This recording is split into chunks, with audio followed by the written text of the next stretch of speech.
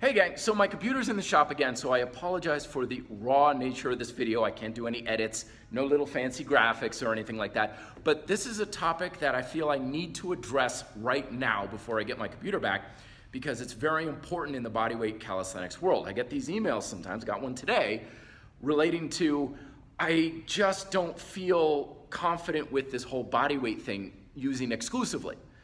I'm doing the bodyweight thing, I like it, it's cool, the joints feel great, but I still feel the pull to go back to the iron, to go lift the weights. What do you do for like the motivation to stick with just bodyweight stuff? Well, there's a couple of big lessons that you gotta learn about this.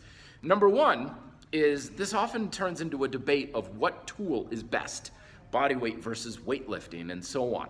But the reality is that's a rabbit hole that a lot of people fall into that actually, in all honesty, it wastes your time and energy. Because your ability to get the results and the gains that you want doesn't really have a lot to do with the tool. It really doesn't. It really, really doesn't. It's like you can do it with body weight, you can do it with weights, you can do it a bunch of things, but it's not the tool itself, it's what you, my friend, bring to the tool. Okay? So if you bring the discipline, the mindset, the proficient use of your muscle tension, the skills, the abilities, to bodyweight training, you're gonna make great gains with bodyweight training. If you bring it to the barbell, you'll get great gains with the barbell. It's what you bring to the tool.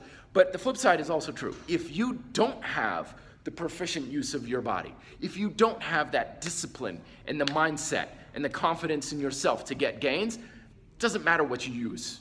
Nothing's going to work very well. And people can say all the time about how great one exercise or one tool is and stuff. It will not work for you because it's what you bring to the tool.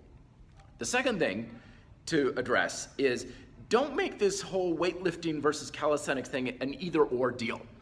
It does not have to be this way. In fact, I really do believe that the vast majority of people are better off with both, just because a lot of people like to do both. Now, for me personally, I do just bodyweight training because it's how my goals are. I want to know how to build as much muscle and strength as possible with just bodyweight training.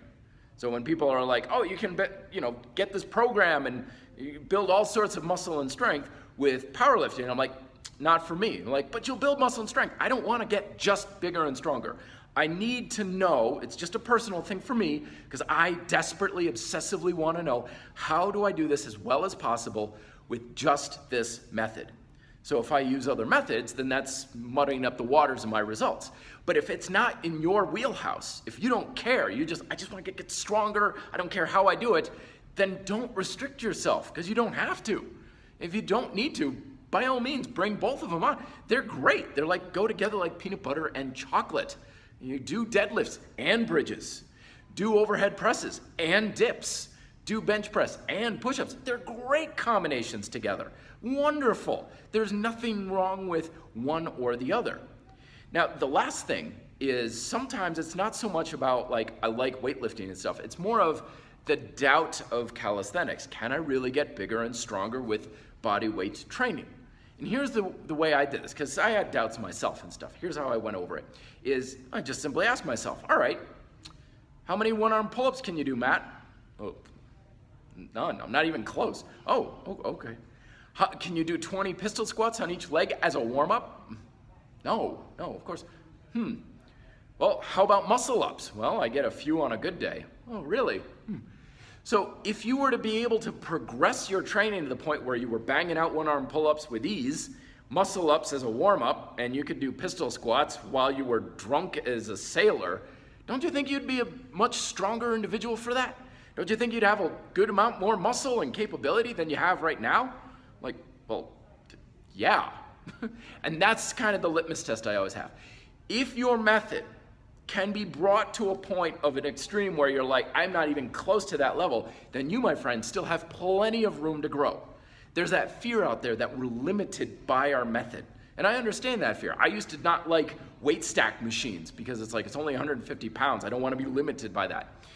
So think of the extreme examples of the thing that you're using. And can you do things on that extreme level? If not, then you have plenty of room that you can still potentially grow. Also, get on social media. And find examples. Go hashtag calisthenics hashtag street workout and stuff on Instagram and stuff. You'll find loads of examples of plenty of guys and gals who are jacked and very, very strong. And if other people are doing it, even if it's not a lot of people, but if other people are doing it, then it's at least possible to some degree through that method. So hopefully this gives you some things to think about with motivation with calisthenics. Let me know if you have questions down below, and hopefully my computer will be back and I'll have all my thingies working as of next week. Also, book 2 coming out soon. I'll keep you guys updated on that as well. Be fit, live free.